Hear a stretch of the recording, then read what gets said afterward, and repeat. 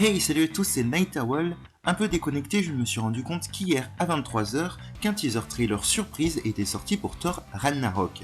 J'ai donc mis de côté ma dernière analyse de Gardiens de la Galaxie pour me concentrer sur cette nouvelle bande-annonce que James Gunn nous avait présentée comme étant la meilleure jamais proposée par Marvel Studios. Et franchement, je le pense aussi. C'est donc parti pour cette nouvelle vidéo qui contient potentiellement des spoilers.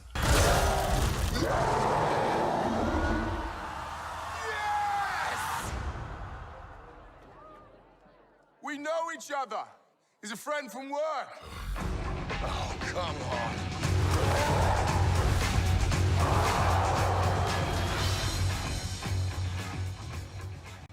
Alors, je ne suis absolument pas fan des deux premiers films solo de Thor. Pour moi, ils se rangent sans hésitation dans les moins mémorables de la phase 1 et de la phase 2 respectivement.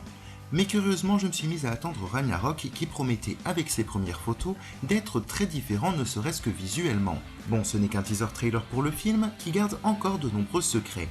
Pourtant, il y a déjà énormément de choses à dire, j'ai cru que je n'en sortirais jamais. On commence par une scène avec Hela, je reviens sur ce personnage dans 2 secondes. On sait qu'à un moment donné, Thor et Loki viendront sur Terre à la recherche de Odin qui a disparu.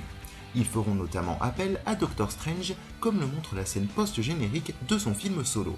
Visiblement, c'est lors d'un passage sur Terre que Hela va apparaître et affronter Thor. Il lui lance donc Mjolnir, mais elle arrête le marteau censé être impossible à soulever pour ceux qui n'en sont pas dignes et va même jusqu'à le détruire. Cela expliquerait pourquoi une nouvelle arme, peut-être une nouvelle version de Mjolnir, apparaît dans ce concept art du futur Avengers Infinity War. Mais qui est donc Hela, cette méchante nouvelle venue dans le MCU? Dans ce qui semble être un flashback, on la voit affronter et vaincre les Valkyries chevauchant des Pégases, dans une scène au ralenti qui fait très Zack Snyder. Très dangereuse, elle a été emprisonnée dans le passé, mais depuis que Loki a pris la place d'Odin sans que personne ne le sache, il est un si mauvais roi qu'elle parvient à se libérer durant son règne. Ici, il s'agit probablement de Hel, écrit H-E-L, les enfers, domaine où règne la déesse de la mort. Une fois libre, elle veut s'emparer de Asgard et détruire le royaume, Apocalypse que l'on connaît sous le nom de Ragnarok. Visiblement, elle aura des scènes d'action assez impressionnantes et utilise une épée qui, étant donné le contexte à Asgard, pourrait être Odin's Sword, la fameuse épée du roi Odin. Dans le Marvel Cinematic Universe, Hela pourrait être une représentation de la mort, véritable personnage dans les comics, et amour de Thanos, qui joue un rôle capital dans Infinity Gauntlet, qui devrait inspirer en partie Infinity War qui sortira l'année prochaine. A noter que depuis récemment dans les comics, les deux vilains forment un couple et qu'une actrice du niveau de Cate Blanchett sera forcément réutilisée dans d'autres films. Ça me donne de l'espoir car je vois potentiellement un vilain formidable et un personnage féminin intéressant. C'est d'une pierre deux coups pour le MCU qui manquait cruellement des deux. Son look est très fidèle aux comics, ma seule inquiétude était de ne pas retrouver dans le film son masque présent, certes sur des concept art, mais très peu pratique. Mais s'il y a une chose que le réalisateur Taika Waititi prouve bien dans ce premier aperçu, c'est son respect pour le matériau d'origine. Après la perte de son marteau, Thor est exilé, sans aucun doute par Hela elle-même, sur la planète dépotoir Sakaar. Et là se note l'inspiration d'une histoire majeure de Marvel Comics, Planet Hulk.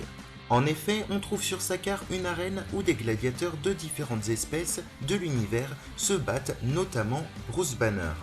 On ne sait pas comment celui-ci est arrivé sur la planète du Grand Master, mais c'est sans doute grâce au vaisseau dans lequel on l'a laissé à la fin de Avengers l'ère d'Ultron. En tout cas, il devient un véritable dieu sur Sakaar, mais semble ne pas reconnaître Thor, comme si la bête avait pris le dessus sur Bruce Banner. Ce combat est l'occasion de voir Thor porter un casque, accessoire classique des comics que l'on a vu uniquement au début de Thor premier du nom. Enfin, peut-être verrons-nous Hulk mener une rébellion sur sa planète d'adoption, comme dans les comics, certains plans le laissent croire. Mais pourquoi avoir décidé de mêler les histoires de Ragnarok et Planet Hulk? Cette décision scénaristique n'est pas seulement créative, mais aussi liée à des questions de droit. Faire un film solo sur Bruce Banner nécessite de faire appel à Universal, qui détient toujours une partie des droits du personnage.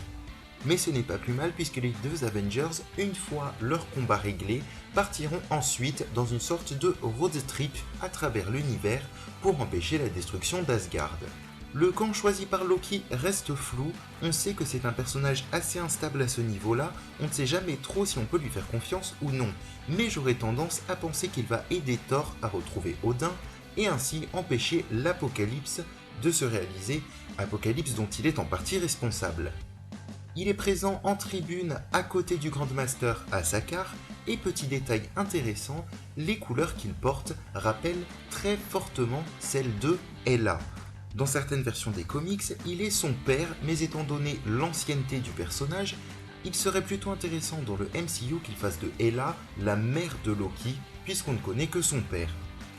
Enfin, un autre personnage, une autre Asgardienne, devrait à terme venir en aide à Thor. Il s'agit de Valkyrie, une Valkyrie, comme celle que l'on voit ici combattre Hela.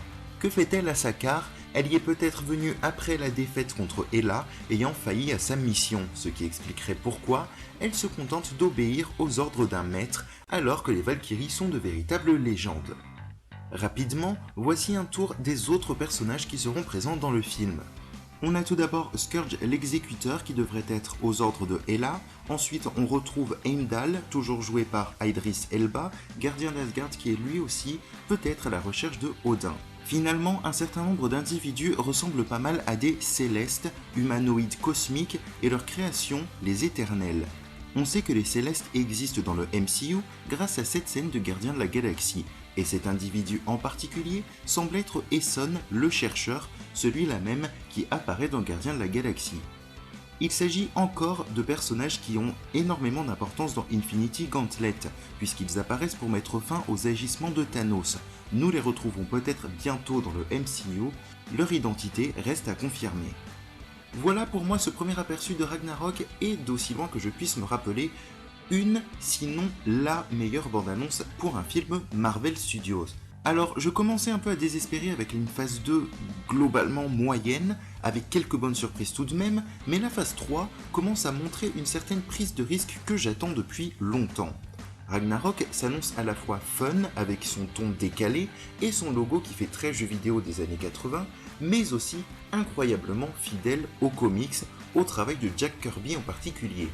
Je suis très confiant, je pense que Taika Waititi va parvenir à nous offrir un excellent film et c'est tout ce qui compte. Et vous, qu'avez-vous pensé de ce teaser trailer ? Y a-t-il quelque chose que j'aurais oublié de mentionner ? N'hésitez pas à laisser un commentaire pour me le faire savoir. J'essaie de terminer mon ultime analyse de Gardiens de la Galaxie pour cette semaine, mais sachant qu'on devrait avoir un trailer pour les derniers Jedi d'ici ce week-end, ce ne sera peut-être plus ma priorité. En tout cas, je vous dis à la prochaine et à bientôt pour de nouvelles vidéos.